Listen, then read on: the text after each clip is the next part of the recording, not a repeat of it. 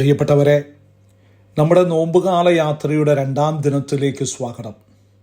മർക്കോസിൻ്റെ സുവിശേഷം 9-ാം അധ്യായം 14 മുതൽ 29 വരെയുള്ള വചനഭാഗം വെറുമൊരു അത്ഭുത കഥയല്ല, നമ്മുടെ ഓരോരുത്തരുടെയും ജീവിതത്തിൻ്റെ നേർചിത്രമാണ്.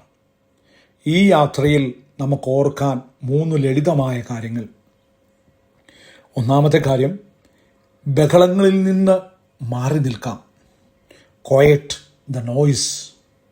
ശിഷ്യന്മാരും പരീശയരും തമ്മിലുള്ള തർക്കത്തിൻ്റെ ഇടയിലേക്കാണ് യേശു വരുന്നത്. നമ്മുടെ ജീവിതത്തിലും പലപ്പോഴും അനാവശ്യമായ ബഹളങ്ങളും തർക്കങ്ങളും കാരണം യേശുവിനെ കാണാൻ കഴിയാതെ പോകുന്നു. ഈ നോമ്പ് കാലത്ത് വാശി ജയിക്കാനല്ല, വിട്ടുകൊടുക്കാൻ പഠിക്കാം. ഇന്ന് സോഷ്യൽ മീഡിയയിലോ വീട്ടിലോ ഒരു തർക്കമുണ്ടാകുമ്പോൾ മറുപടി പറയാതെ ഒന്ന് പുഞ്ചിരിക്കാൻ ശ്രമിക്കൂ. സമാധാനം അവിടെ തുടങ്ങും. 2ാമത്തെ ചിന്ത, എൻ്റെ കുറവുകൾ മാറ്റണമേ. Honest admission. ഞാൻ വിശ്വസിക്കുന്നു, എങ്കിലും എൻ്റെ വിശ്വാസക്കുറവ് പരിഹരിക്കണമേ എന്ന് ആ പിതാവ് കരഞ്ഞു പറയുന്നു.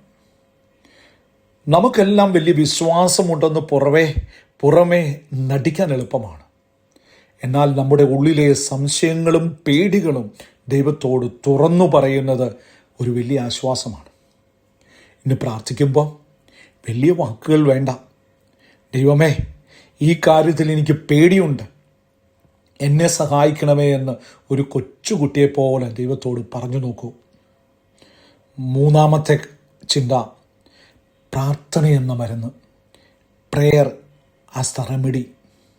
സ്വന്തം കഴിവിൽ വിശ്വസിച്ചു പരാജയപ്പെട്ട ശിഷ്യന്മാരോട് യേശു പ്രാർത്ഥനയെക്കുറിച്ച് പറയുന്നത്. നമ്മളും പലപ്പോഴും സ്വന്തം ബുദ്ധിയിൽ കാര്യങ്ങൾ ചെയ്യാൻ നോക്കി പരാജയപ്പെട്ടിട്ടുണ്ട്. ഈ നോമ്പ് കാലത്ത് നമ്മുടെ പരിശ്രമത്തെക്കാൾ ഉപരി ദൈവത്തിൻ്റെ കൃപയിൽ ആശ്രയിക്കാം.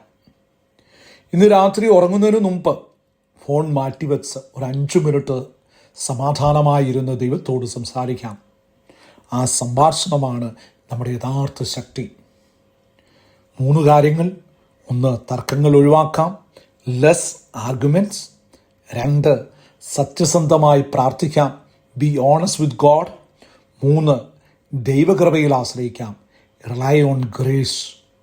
ഈ 2ാം ദിനം നമ്മുടെ ഉള്ളിലെ അവിശ്വാസത്തിൻ്റെ പിശാചുക്കളെ പുറത്താക്കാൻ ദൈവം നമ്മെ സഹായിക്കട്ടെ.